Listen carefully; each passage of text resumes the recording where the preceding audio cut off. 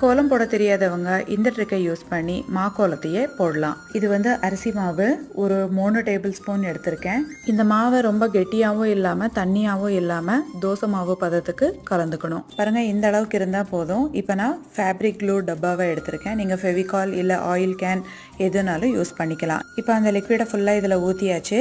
நானும் இதை ஃபஸ்ட் டைமாக தான் ட்ரை பண்ணிட்டு இருக்கேன். டெஸ்ட் பண்ணி பார்க்கலாம்.